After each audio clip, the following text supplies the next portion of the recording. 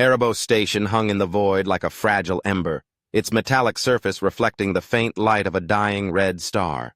The colony, humanity's furthest outpost on the edge of the galaxy, was a last-ditch attempt to expand into uncharted territory.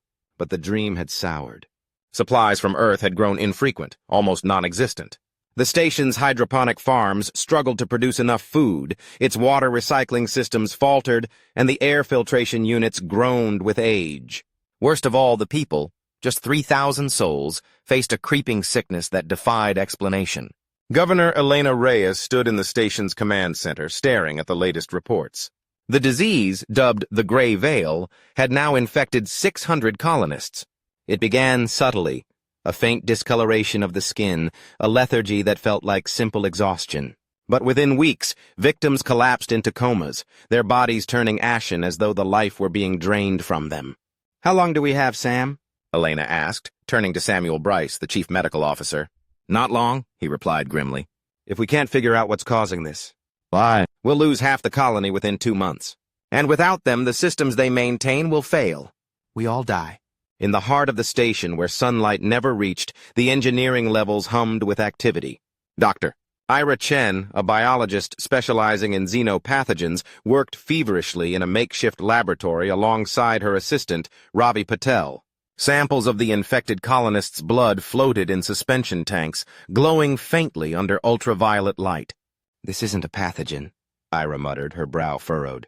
"It's something else." "Something else?" Ravi echoed, his voice strained. "Look at this." She pointed to the scans on her monitor.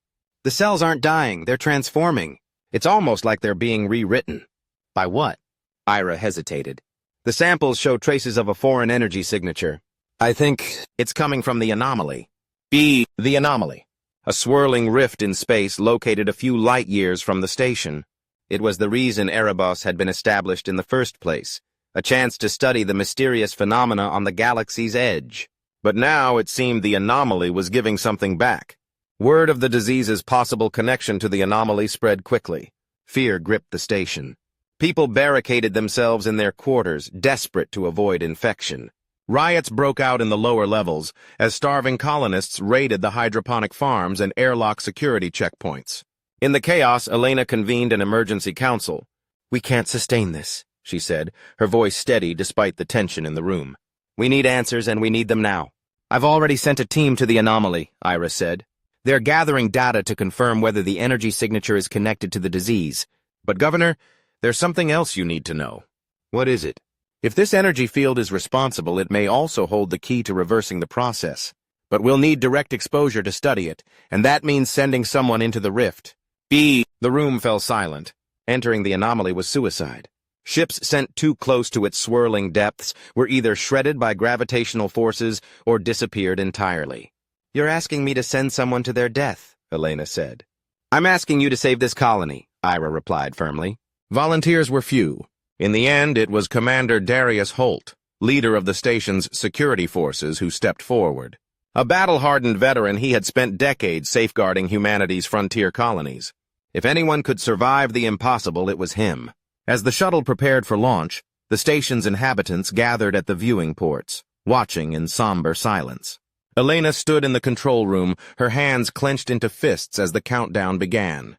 "Stay on comms as long as you can," she said into the microphone. "I'll bring back what you need," Darius replied. "Or I won't come back at all."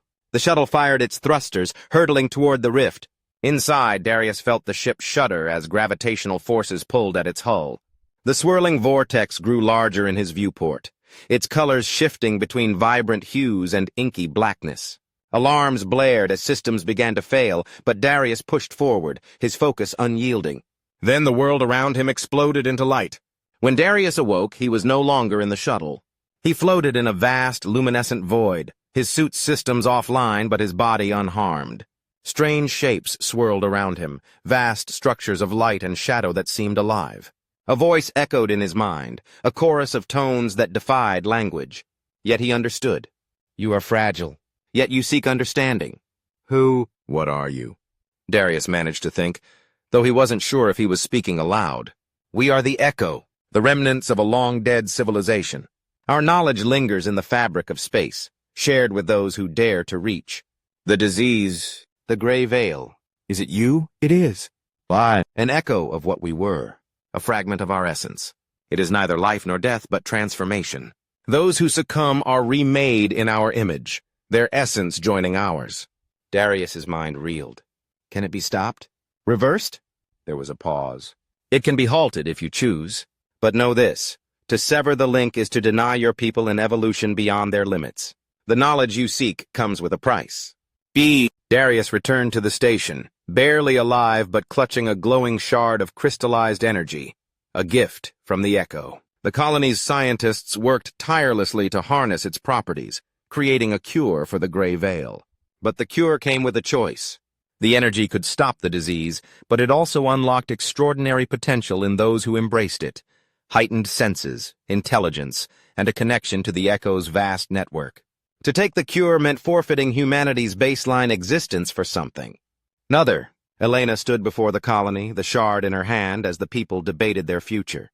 Do we cling to what we are, she asked, or do we embrace the unknown? The decision wasn't unanimous. Some rejected the cure, choosing to live out their lives as they were. But many accepted, their bodies transforming as the Gray Veil receded. Erebos Station survived, but it was forever changed. Those who embraced the Echo's gift became pioneers of a new kind of existence, leading humanity into the mysteries of the cosmos. The anomaly remained, its swirling depths a constant reminder of what had been gained and what had been lost. And on the edge of the galaxy, the shadows of a forgotten civilization whispered, waiting for the next travelers bold enough to listen.